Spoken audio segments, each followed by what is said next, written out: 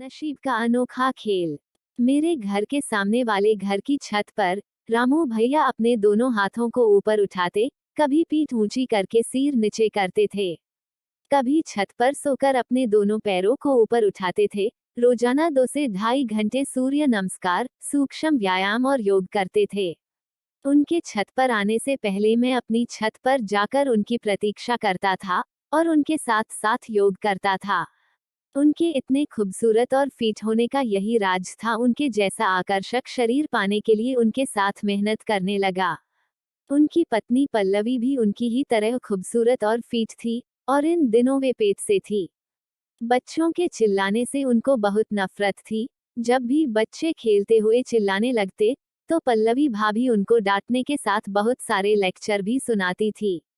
मैं यह देखकर हंसने लगता था और बोलता, क्या भाभी आप भी बच्चे हैं, खेलेंगे तो शोर भी करेंगे, इनको क्या फर्क पड़ता है लेक्चर देने से, थोड़ी देर बाद फिर वो ही चिल्ला चोट होगी।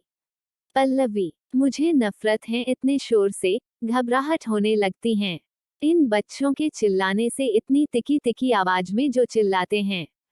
मैं बोला, कब तक होगी नफरत, ये तो पराये बच्चे हैं, इसलिए थोड़े दिनों बाद आपको भी तो आ जाएगा छोटा सा बेबी।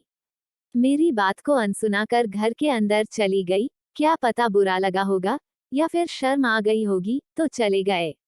मैं जब भी उनके घर जाता तो भाभी, आइए देवर जी बैठिए, पानी पीजिए, मैं चाय लाती हूँ। एक दिन भी ऐसा नहीं गया होगा कि बिना चाय पानी के लौट आया।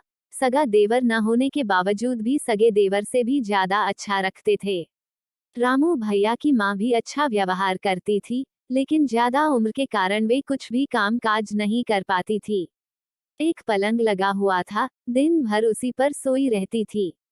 वो वक्त भी आने वाला ही था, और मैं भी बहुत खुश था कि मैं भी अंकल बनूंगा। और नन्हे से मुंह से अंकल कहता हुआ, नन्हे से पैरों में पायल की छम छम की आवाज दिल को हल्का कर देगी। लेकिन क्या पता किसके किस्मत में क्या लिखा हुआ है। रोज की तरह आज भी मैं छत पर योग करने गया, लेकिन रामू भैया छत पर कहीं दिखाई नहीं दिए। मैंने सोचा कि उठने में लेट हो गए होंगे, आ ही जाएंगे 2-5 मिनट में, और मैं अपना योग करने लगा। लेकिन देखते देखते आधा घंटा हो चुका था। तभी मैं छत से नीचे उतरकर रामू भैया के घर गया। घर के बाहर वही बच्चे खेल कूद कर रहे थे, जोर जोर से चिल्ला रहे थे, लेकिन पल्लवी भाभी उनको लेक्चर सुनाने नहीं आई। मैं घर के अंदर गया और सोचा कि भाभी पानी लाएगी, चाय बनाएगी। लेकिन अंदर गया तो अंदर का नजारा देखकर चौंक गया। रामू भैया की माँ अपने पलंग पर बैठी, लेकिन दोनों पैरों के बीच सिर, और आंखों से आंसू की बूंदों की टपक को देखकर, और रामू भैया घर के कोने में दोनों पैर लंबे करके, बीच में सिर रखकर, दोनों हाथ अपने माथे पर रखकर जोर जोर से रो रहे थे। माँ के बाजू में नन्हा सा बेबी सोया हुआ था। मैंने जाकर भैया से पूछा, भैया, भाभी कहाँ है, बाहर बच्चे चिल्ला रहे हैं। उनको लेक्चर सुनाने नहीं आई, और मुझे चाय पानी के लिए भी नहीं पूछा। इतने में माँ जी बोली, नहीं बेटा, कैसे बताओ बेटा, तुम्हारी भाभी अब कभी लेक्चर नहीं सुना सकती, और न ही अब तुम्हें चाय पानी के लिए पूछेगी।